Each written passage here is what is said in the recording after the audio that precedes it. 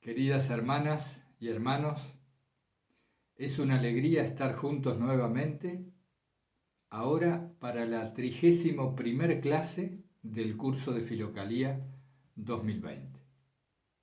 Nos acercaremos en esta ocasión a la doctrina espiritual de Macario el egipcio, que como verán en las notas al pie de página del texto escaneado debajo de este vídeo, se aclara que en realidad el autor no se conoce con certeza. Dice también la nota que a partir de este siglo ya se han despejado las dudas y por eso se le llama pseudo Macario o también Macario Simeón, que habría sido un recopilador de su texto original alrededor del siglo X. El autor original, el presunto Macario el egipcio, vivió más bien alrededor del siglo III o el siglo IV. Pero como en toda filocalía, ustedes saben que no hay certeza sobre esto, los críticos y los especialistas discuten estas cosas permanentemente. En realidad, muy pocos autores de filocalía están acreditados como tales. Siempre hay sospecha de que fue aquel otro, de que usó un seudónimo, de que no se sabe de quién es. De todas maneras, eso es tarea para los eruditos. A nosotros nos interesa ver qué enseñanza espiritual nos llega hasta el día de hoy y más precisamente cuáles de esas enseñanzas podemos llevar a la práctica.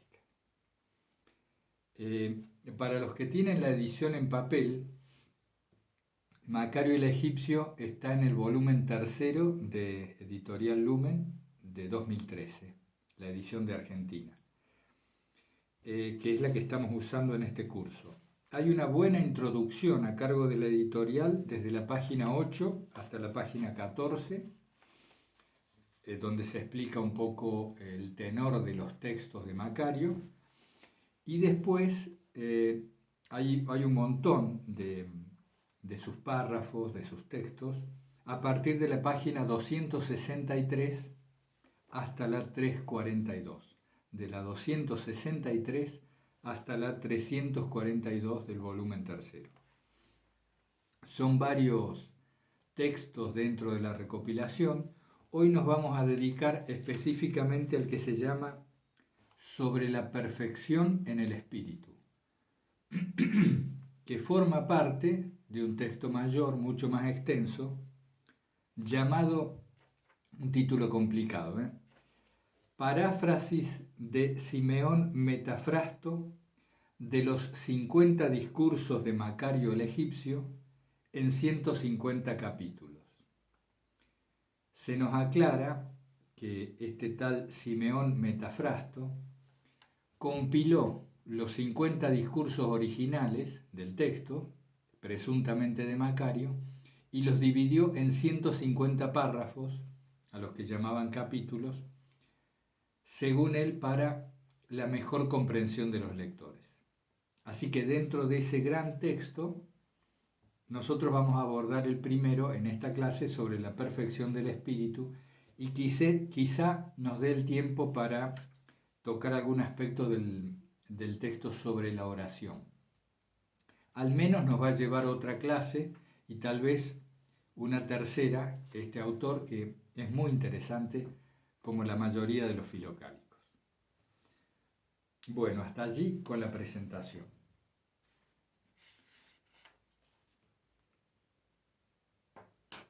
Como muchos otros autores en la historia espiritual cristiana, Macario o el pseudo Macario nos dice que sin la gracia no podemos nada, que de la gracia nos viene todo, pero que es necesario aplicar nuestro trabajo personal, usar lo más posible el libre albedrío, para que de esa manera la gracia nos lleve a cumplir la voluntad de Dios.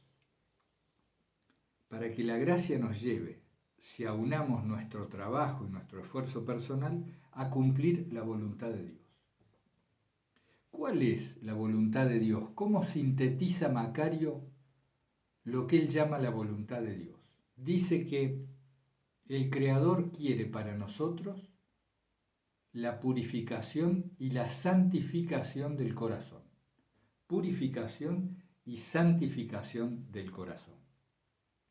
Entiende por purificación algo muy parecido al significado etimológico, que es quedar libre de mancha, ser limpios, es decir, tener un corazón puro, limpio. En ese sentido, habla de vaciar el corazón. Limpiar tiene la connotación de vaciar, de despejar, de hacer espacio para que entre la gracia. Y cuando habla de santificar el corazón, si uno lee el texto, si lo leen con detenimiento, creo que van a concluir lo mismo que yo, que se refiere a hacer sagrado el corazón, o mejor dicho, hacerlo permanecer en la presencia de lo sagrado. Tener un corazón sagrado, nos dice Macario, es aquel que recuerda permanentemente a Dios. Y aquí quiero abordar un tema brevemente. Ustedes habrán visto que en toda Filocalía se menciona con mucha frecuencia lo que es el recuerdo de Dios, el famoso recuerdo de Dios. Si el monje no recuerda a Dios, nada le es posible. Si el monje olvida a Dios, cae en la miseria, se pierde en el pecado, etc. Pero, puestos a indagar con atención esto del recuerdo de Dios, no se están refiriendo los filocálicos y tampoco Macario a recordar a Dios como recordamos las demás cosas. A ver, yo recuerdo el rostro de mi abuela, recuerdo aquel encuentro con un amigo, recuerdo la película que vi hace unos días. No se está hablando de recordar a Dios del mismo modo. Ustedes saben que recordar tiene mucho que ver con volver al corazón, cordis. Recordar a Dios en Filocalía, desde mi punto de vista, quiere decir tomar conciencia, ser conscientes, advertir su presencia en todo y en todas las cosas, en todo tiempo y lugar.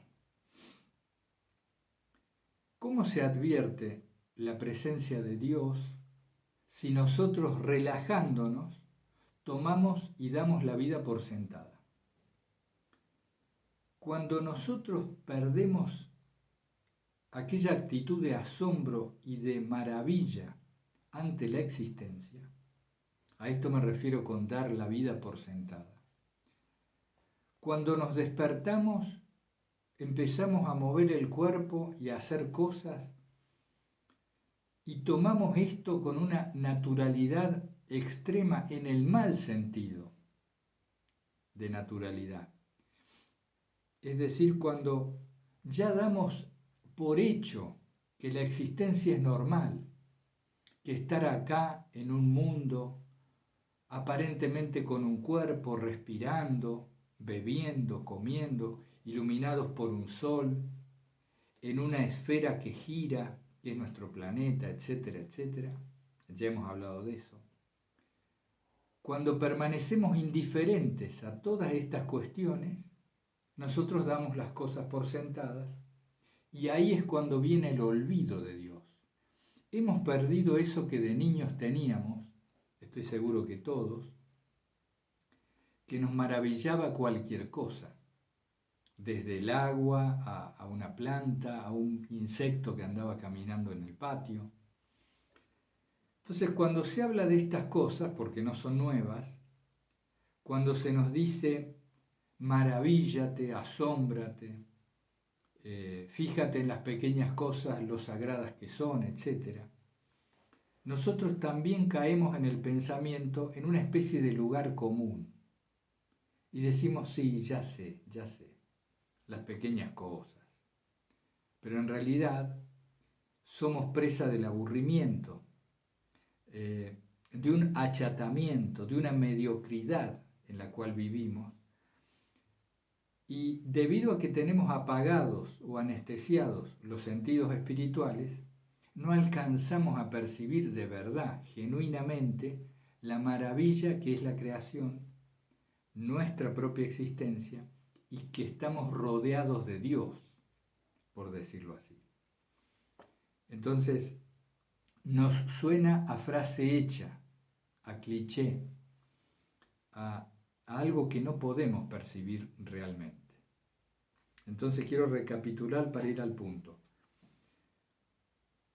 El recuerdo de Dios es la clave, dice Macario, para que nosotros, estando en su presencia, nos dirijamos a cumplir su voluntad. ¿Cuál es la voluntad de Dios? Purificar y santificar el corazón, limpiarnos de toda mancha y sumergirnos en lo sagrado y vivir en lo sagrado. ¿Cómo se hace eso? Macario dice, solo mediante la caridad, es decir, el amor, solo mediante el amor. Y nos remite al mandamiento principal de amar a Dios sobre todas las cosas y al prójimo como nosotros mismos, como a nosotros mismos. Es decir, tenemos tres destinatarios del amor, nosotros mismos, los demás y Dios. Esto no se puede lograr si no recordamos a Dios, si no volvemos al corazón. Y entonces, este recuerdo de Dios no implica apelar a una evocación como hacemos con las demás cosas, sino a percibir realmente el misterio enorme que implica estar existiendo, haber sido creados, estar existiendo y siendo conscientes.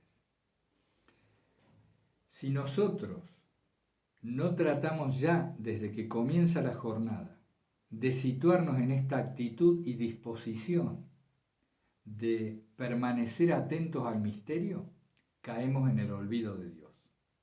Y al olvidar a Dios, realmente, ahí se abre la puerta a un montón de miserias porque quedamos a expensas del cuerpo y de la mente. Es decir, no solo nos olvidamos de Dios, sino también de lo que somos, que es hijos de Dios, espíritu inmaterial unido a Él. Bueno, hasta ahí con la presentación del tema y de la clase. Bueno, esto de purificar el corazón, de santificar el corazón, tiene mucho que ver con aquellos sentimientos y pensamientos que ocurren en nosotros, a los cuales podemos adherir con el corazón o simplemente dejar pasar y desatender. Todos conocemos la envidia, el orgullo, la crítica, el juicio, que surgen en la mente ante la interacción, ante la relación con los hermanos y hermanas, en el monasterio en que vivimos, con los vecinos, en nuestra propia casa, en cualquier lugar. Vemos surgir en nosotros todo tipo de, llamémosle así, pensamientos que nos separan del otro. Como les decía, por un juicio, una crítica, un reproche. La clave está en si nosotros, con el corazón, es decir, con nuestro sentimiento, nos plegamos, nos sumamos a este tipo de pensamientos dañinos o simplemente permaneciendo recogidos los dejamos pasar, los desatendemos. Esto es parte de la tarea de purificar el corazón. Muchas veces nos pasa que nos quejamos de la falta de fruto de nuestra oración o nos quejamos de la aridez, de la sequedad que tenemos ante el ícono, en la misa, en los grupos de oración. Nos sentimos en un desierto, faltos de agua viva, como si la devoción se hubiera quedado allá en algún tiempo lejano y no la pudiéramos encontrar. Y nos quejamos de esto, planteamos esto, consultamos. Pero resulta que Macario nos dice, no se puede cultivar dos especies opuestas entre sí al mismo tiempo. Exactamente dice, no podemos cultivar frutos de dos especies que no pueden convivir. Si nosotros en nuestro jardín ponemos una enredadera, una planta rastrera, de esas que van devorándolo todo, cubriéndolo todo, junto con alguna otra especie de flores delicadas, no van a poder convivir. Se van a molestar mutuamente. Con nuestra alma, con nuestro interior pasa lo mismo. Si nos dejamos llevar por este tipo de pensamientos y adherimos con el sentimiento a estas críticas, a estos juicios, a esta mirada muchas veces malévola que tenemos, soberbia, orgullosa, etc., después en la oración esto se manifiesta la mayor parte de las veces como esa sequedad, como esa aridez. La oración termina siendo solo verbal, porque no la podemos acompañar en este caso con la coherencia del corazón. Y un corazón cristiano coherente es un corazón que vive en el amor. También ustedes vieron cómo las palabras se han ido arruinando con el transcurrir del tiempo por esta cultura consumista que las usa a diestra y siniestra para muy distintos fines. Entonces la palabra amor ya se ha desdibujado totalmente. La palabra caridad se entiende como dar una limosna y no en su sentido verdadero. En definitiva, nos hemos acostumbrado a sentirnos muy separados de los demás y esto nos ha llevado en general a una posición en la cual estamos por encima o por debajo. Siempre estamos en comparación. Nos cuesta la paridad, la hermandad, el sentirnos realmente próximos al otro, compartiendo un mismo destino, un mismo Padre, una misma creación. Entonces, Macario nos dice que tenemos que ser muy vigilantes, no solo a la conducta externa, sino que él enfatiza a los pensamientos que surgen y a los sentimientos concomitantes a estos pensamientos. No se concibe una oración cálida y menos una oración que dé fruto en nosotros, frutos de elevación espiritual, si nuestro corazón alberga juicios, condenas, soberbia, e incluso si nuestro corazón alberga minusvalía. Tampoco es propio del Hijo de Dios sentirse menos.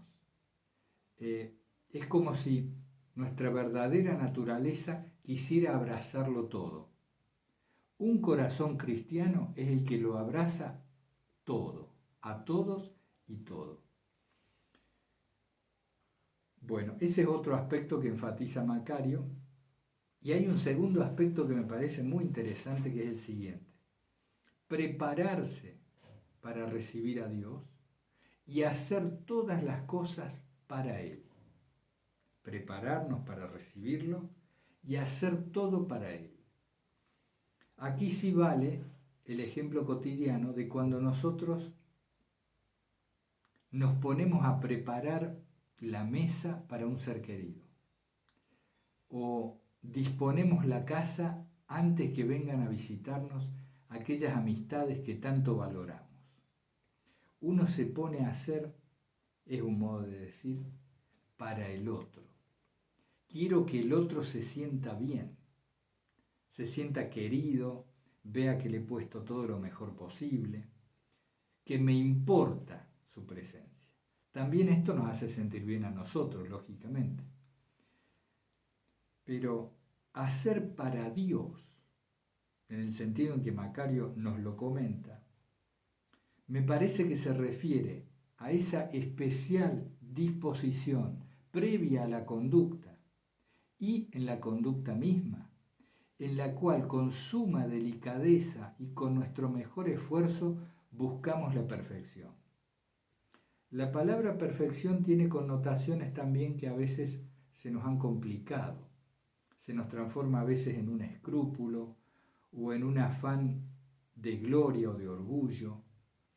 Cuando nos referimos al afán de perfección en el sentido filocálico, al menos como yo lo entiendo, es esa delicadeza en el trato, tanto con las cosas como con las personas, esa particular atención que busca hacer las cosas del mejor modo posible, en ese sentido de perfección, sabiendo que lo humano es imperfecto de suyo. Pero es una mezcla entonces esto, ¿no? De hacer para Dios, como ofrenda, como gesto de amor. Todo lo hago recordando y para aquel que todo me ha dado, aquel en el que somos, vivimos, existimos. Yo usaba ese ejemplo, creo que nos puede servir recordar este ejemplo, de cuando nosotros nos ponemos a preparar las cosas para recibir a un ser querido. Fíjense con cuánto cuidado lo hacemos, con cuánto esmero. Ponemos todo lo mejor, tanto en las cosas como en nosotros mismos. Nos cambiamos de ropa, nos bañamos. Bueno, hacer para Dios la vida, que mi vida sea una ofrenda y un acto de agradecimiento a Dios, que mi vida entera sea un gesto de amor a Dios. Ese amor que lo encuentro en mí mismo, ese amor que lo encuentro en mí mismo cuando amo a los demás. No amo a Dios si no amo a los demás. Y no amo a los demás si me siento por encima o por debajo. Fíjense que esto es de interés.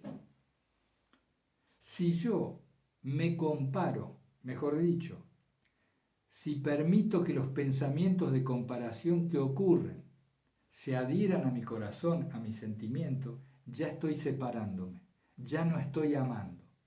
Y eso es un campo muy fértil para que crezcan la crítica, el reproche, el juicio, la sentencia, la condena. Me sitúo lejos, separado y por encima o por debajo. Cuando me sitúo por debajo de mi prójimo, también me separo. No solo en la soberbia o en el orgullo, también en esa baja autoestima, porque no quererme a mí mismo me hace incapaz de querer a nadie. Así que ahí tenemos una muy buena condensación de la enseñanza de Macario, que siempre nos remite al mandamiento principal.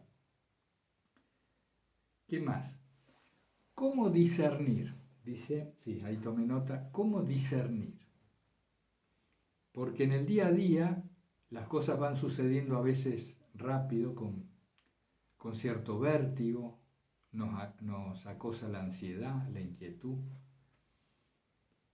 ¿Cómo discernir cuando uno tiene que tomar decisiones o cuando en ese apresuramiento habitual no sabemos para qué lado ir? Siempre, siempre buscar el criterio del corazón. ¿Qué se está diciendo cuando los filocálicos nos dicen que el corazón decida? No la cabeza, que el corazón decida. Y a partir de la decisión del corazón, alinear la cabeza y la conducta. Charlaba hace varios días ya con un hermano que participa de este curso, hablábamos de este tema y conveníamos, los dos acordábamos, que hay una cierta calidez, una cierta suavidad, una cierta dulzura, si quieren, amabilidad, que nace en el sentimiento cuando uno se está orientando en la dirección correcta. Tenemos que atender a esto y no a los pensamientos. ¿Qué me conviene, qué no me conviene? Pero me dijo tal cosa, yo debería... No. Cuando tomo una dirección, cuando me encamino hacia una decisión, siento esta paz, esta calidez. Si uno atiende, se da cuenta. Si uno atiende, se da cuenta. No es posible engañarnos a nosotros mismos si antes de ejecutar una acción más o menos importante atendemos a lo que sentimos en el pecho, en el corazón. Cuando nos encaminamos en dirección equivocada que nos lleva al olvido de Dios y a la separación del prójimo, siempre vamos a notar una dureza, una cerrazón, una contracción general en el cuerpo. Se nos endurece la mirada. Cuando la mirada se nos pone dura, es porque el corazón ya se cerró, ya se oscureció. Y a veces puede que nuestras críticas, nuestros reproches y nuestras correcciones a los demás, puede ser que a veces sean correctas, que estén atinadas, pero son totalmente desacertadas si las hacemos desde un corazón cerrado. Si tengo el corazón duro, mejor no decir nada.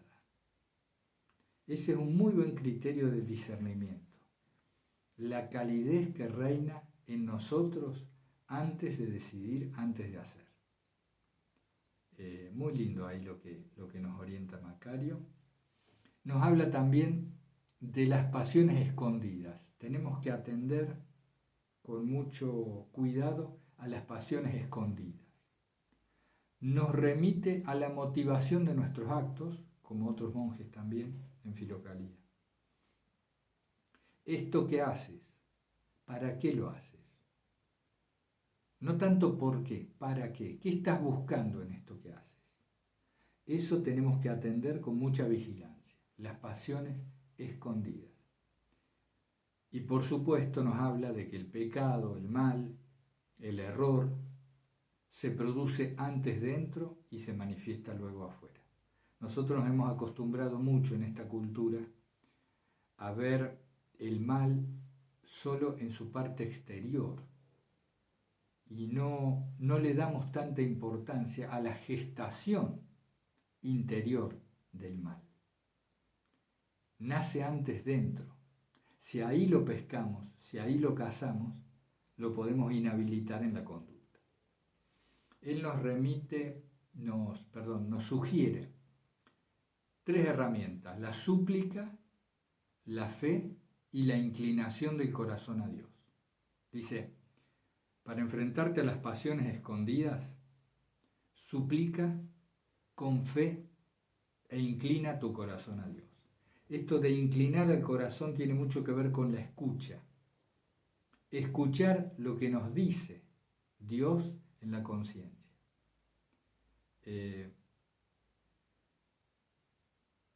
Les recuerdo, antes de pasar a otro tema, esto de no cultivar los frutos de 2 especies. Esto me parece que quizás es una de las 2 enseñanzas más importantes de Macario. Si nosotros llevamos una vida de oración, por ejemplo, seguimos la liturgia de las horas y vas a la Eucaristía y hasta quizá haces algún apostolado, alguna acción por los demás, y tienes tu trabajo y lo haces lo mejor posible. Y luego a la noche te ves una película que no tiene una característica que favorezca la elevación espiritual. Más bien lo contrario, suponte una película violenta o una película que puede desatarte pasiones muy fuertes en el cuerpo o con valores que al fin de cuentas no te aportan nada. Este sería un ejemplo de cultivar especies que no son compatibles y que no nos van a dar un fruto unificado.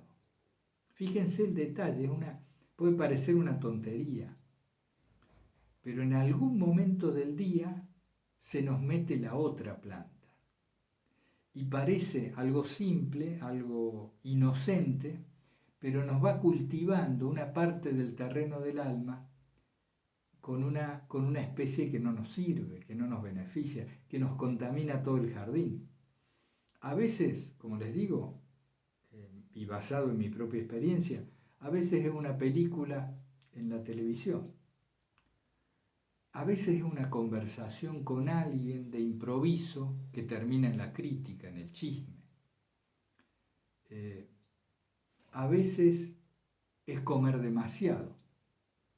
Cualquier cosa que no sea compatible con la vida de oración que nos lleva a la purificación y santificación del corazón, nos va a producir un conflicto que tarde o temprano nos va a dejar en la aridez y en el olvido de Dios.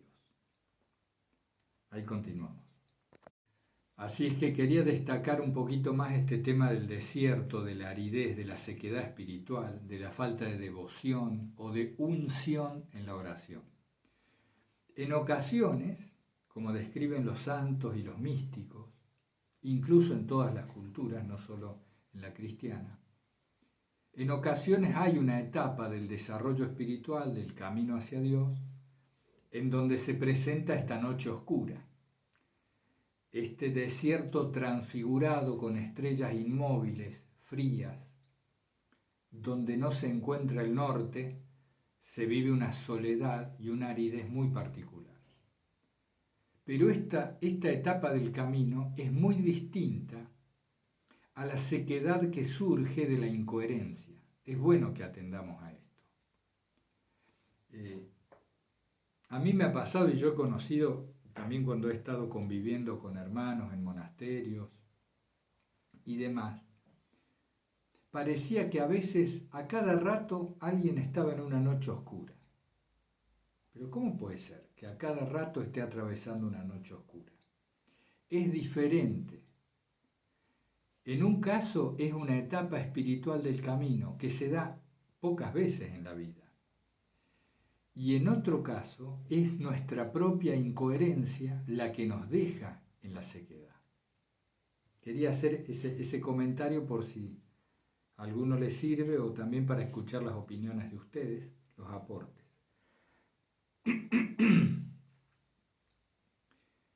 Esto se conecta también con otro tema que charlaba días atrás con una hermana.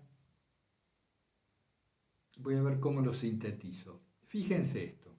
Alguien reza todas las mañanas, reza a la noche, lleva una vida más o menos cristiana, sin grandes faltas. Ha leído mucho, durante muchos años se ha esforzado en lecturas espirituales, en comprender. Y sin embargo, no se logra vivir en la alegría, en el contento de los hijos de Dios. Ante sucesos desafortunados, inmediatamente la fe tambalea, nos inunda la amargura. Parecieran que tantos años y a veces décadas de una presunta vida espiritual nos dejan en la nada. Y ahí viene la confusión entre lo que es vida mental y vida espiritual. Vida mental y vida espiritual.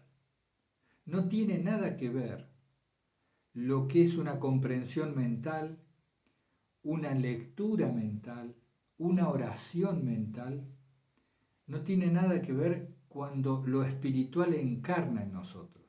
Es decir, que se hace parte de la conducta del cuerpo, se hace parte de los sentimientos y que también los pensamientos vienen a acompañar estas dos cuestiones anteriores. Quiero destacarles, porque viene a cuento, esta diferencia que creo que yo no conozco Oriente, pero al menos aquí en Occidente, suele confundirnos mucho lo que es la vida mental de la vida espiritual. Se nos mezclan. A veces creemos que son lo mismo y no es así. La vida espiritual involucra ya desde el principio una pequeña apertura de los sentidos espirituales. En cambio, la vida mental, que deriva del cuerpo, está íntimamente ligada a los sentidos corporales. Esa es una buena distinción. Entonces yo me leo la vida de 10 santos o me leo Filocalía y voy pasando de un libro al otro, de una película religiosa a otra, y hago oración todos los días y sin embargo no cambia nada en mí.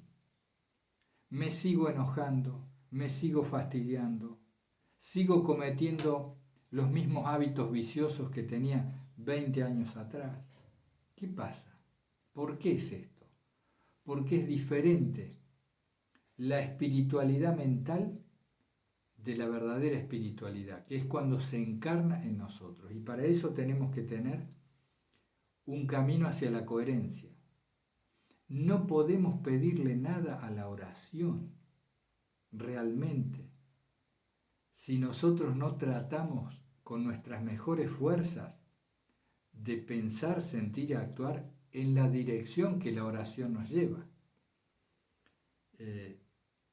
Esto nos pasa a todos, es muy común y como les digo, creo que en Occidente se fomenta mucho esto a través de muchas maneras que nos pasan inadvertidas.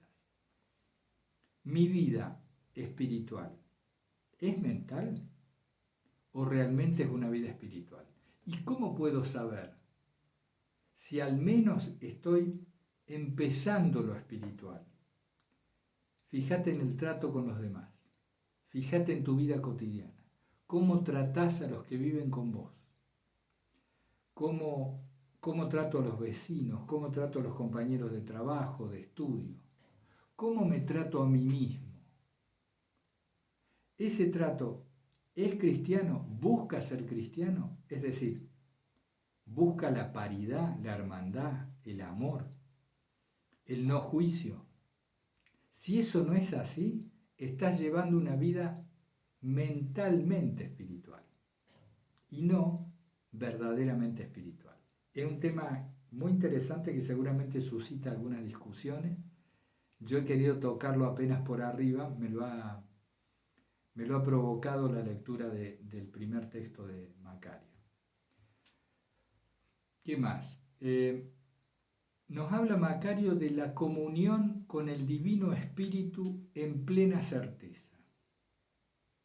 Que hay un punto en la vida del cristiano cuando se esfuerza a poner lo mejor de sí para purificar y santificar el corazón, cuando trata de no dejarse arrebatar por las pasiones, dice que hay un punto en que se comulga con el Divino Espíritu en plena certeza. Aquí el discernimiento ya no opera, no actúa. ¿Por qué? Porque ya no hay dudas. Hay una sensación de certeza profunda de dejarse actuar por un Espíritu Santo que se siente vivo en el corazón. Fíjense, yo ya les voy a mencionar o a escribir aquí abajo el párrafo específico de esto para no demorar ahora el vídeo.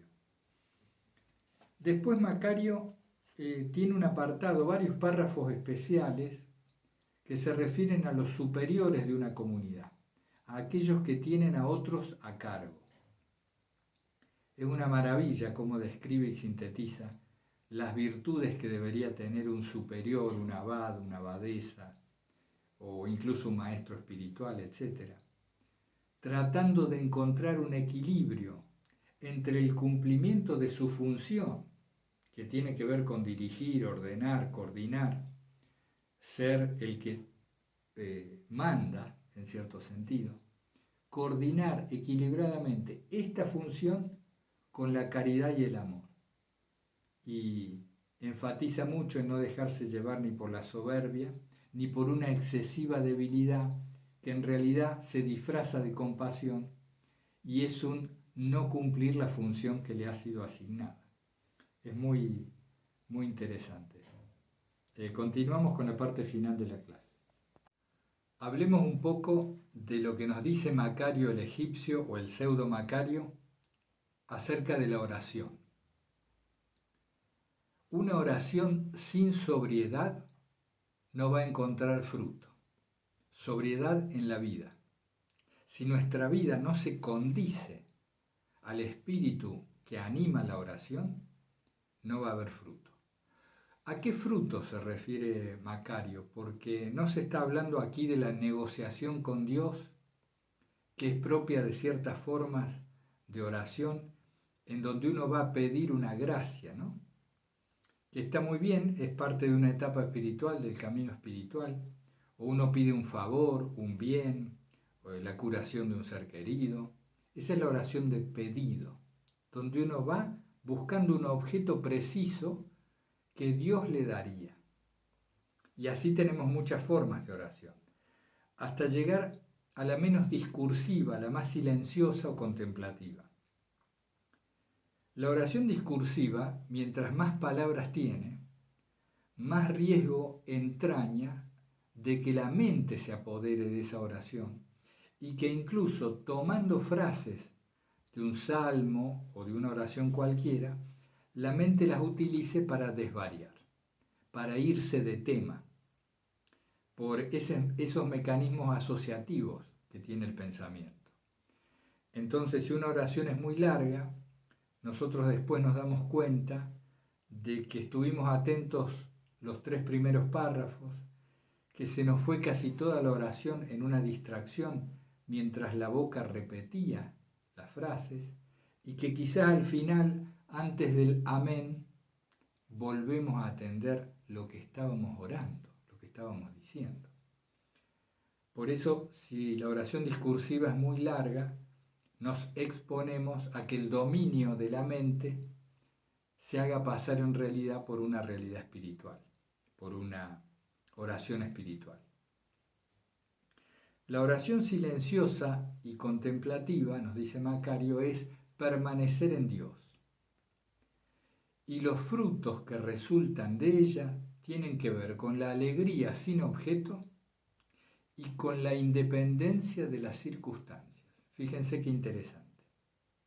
La oración contemplativa y silenciosa está siendo verídica, está creciendo en nosotros cuando vamos advirtiendo que estamos alegres sin motivo, o que también nos sentimos más independientes de lo que ocurre a nuestro alrededor.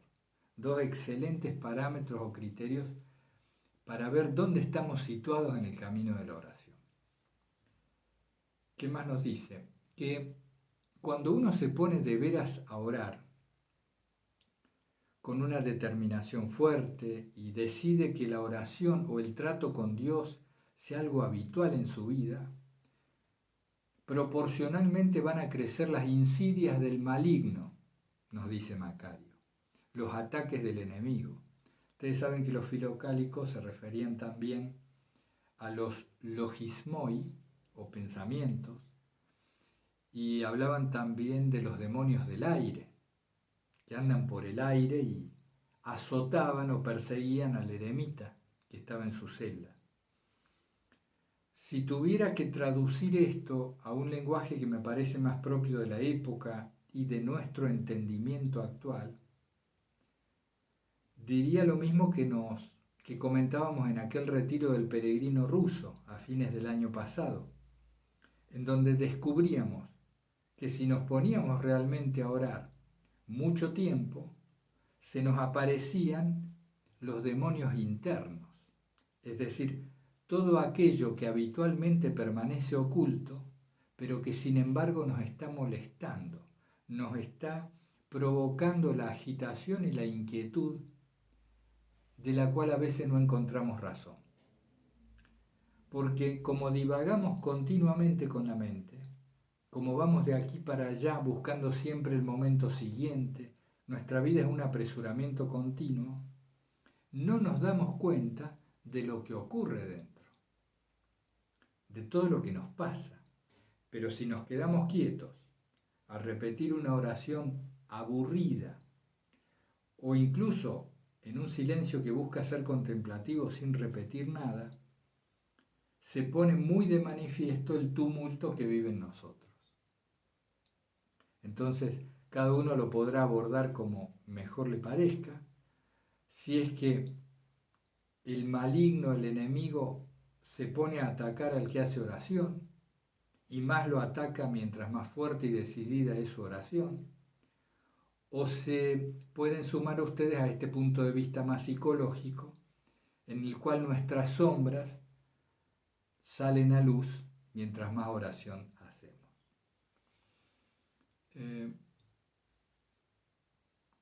A más oración, más crecen las insidias, dice Macario en una frase que me parece muy buena. La oración es cultivo, es aprender a permanecer, y el criterio de que si no hay sobriedad en nuestra vida cotidiana, se va a reflejar en la oración. Macario habla mucho sobre la oración y de la particular sinergia que tiene la oración con la virtud y éstas con la sobriedad en la propia vida. Muchas veces caemos en el error de querer adquirir las virtudes como se adquiere o se compra un objeto cualquiera. Hacemos un esfuerzo determinado, adquirimos el objeto y ya es nuestra posesión. Con las virtudes no opera, no actúa del mismo modo. Muchas veces también intentamos simular una conducta virtuosa, no por un afán de hipocresía, sino porque no concebimos otro modo de encarnar en nosotros una virtud como no sea a través de la conducta, cambiando la conducta. Y no es que eso esté mal, solo que cuando la virtud no surge de la comprensión profunda, es una virtud impostada, o en todo caso, un establecimiento muy débil, muy tenue de esta virtud en nosotros, que al menor viento se va a ver desplazada. Vamos a comprobar que no era tal. Esto es mucho más común, más corriente de lo que puede parecer. Esta aplicación mental de la virtud, mental y conductual, en lugar de que arraigue en nosotros como verdadera virtud. Supongamos, a veces nos toma un deseo de ser más humildes.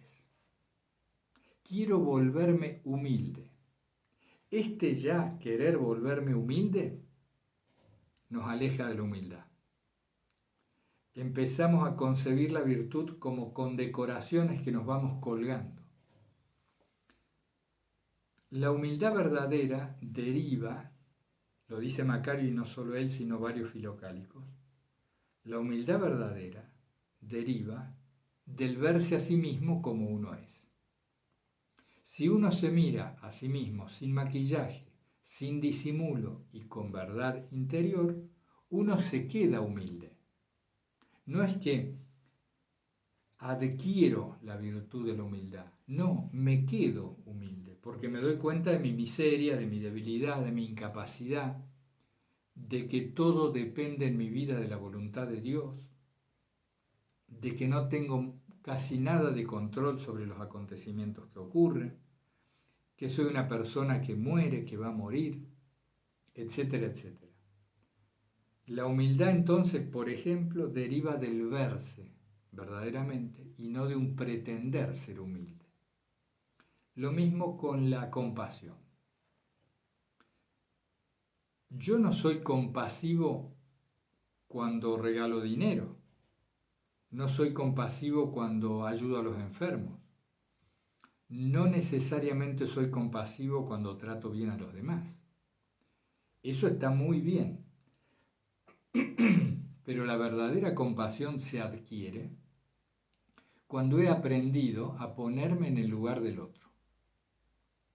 Cuando he aprendido a ponerme en el lugar del otro y de ese modo puedo empatizar, puedo sentir más lo que siente el otro.